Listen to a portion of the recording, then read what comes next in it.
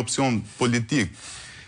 Është e pashmangshme, domethënë, nga qeveria që ai ka ndërtuar deri tani. Ky lloj degradimi është i pashmangshëm dhe çdo ditë që kalon i shton kostot dhe jo zgjedhjet e Ramës në këtë lloj situate që në sistemin dhe në zhvillimet politike përgjithsisht është e vështirë të bëhen hamëndësime të përcaktuara filxhaneske.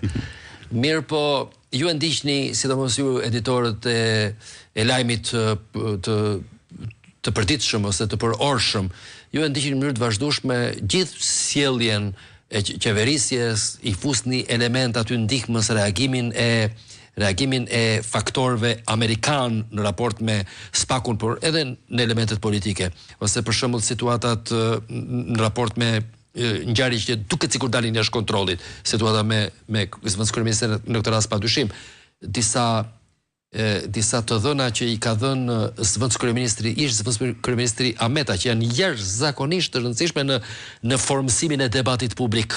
Dhe bile thuhet që ai ka edhe elemente të tjera që po përgatitet i bëj të njohur tani që po i kërkojnë ekstradimi në Shqipëri. Në këtë sens duket sikur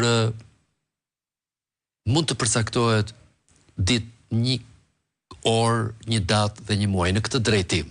Për ju editorët që ndiqni politikën në vend, kur mund të kishte qenë kjo datë, kjo orë? Asnjë gjë nuk të ndodh nëse ty nuk të dele vërtet kjo. Megjithatë, pa të provojmë një herë se ç'të thot ajo, intuita ajo.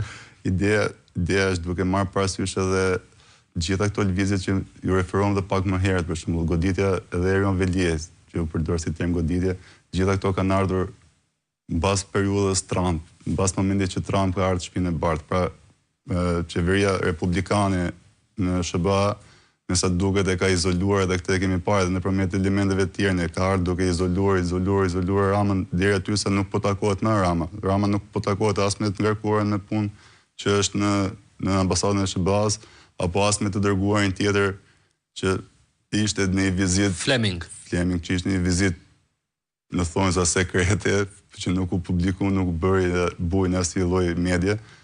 Më vonë nuk kuptua që kishte ardhur, edhe deri televizja e sotme, që ndodhemi sot me dozin që ka përparu, ka hec, është shtuar. Në ritmi sa vjen edhe po rritet, edhe Rama këtë gjë me sa duket e ka kuptuar. Qef, ne do kishim ndodhte dje. Jo, unë thash ta shmangnim çështjen e qefit. Thash mos përdorim një mekanizëm analitik. Në mekanizmin analitik ngelet vetëm në vullnetin e Ramës. Rama nëse do jetë aq i pjekur sa ta kuptojë situatën e vet që duhet largohet tani, apo nuk ka më çaj jep Shqipërisë përveç se këtyre skandaleve, që këto skandale kanë sjellë edhe degradim të Partisë Socialiste në vetvete.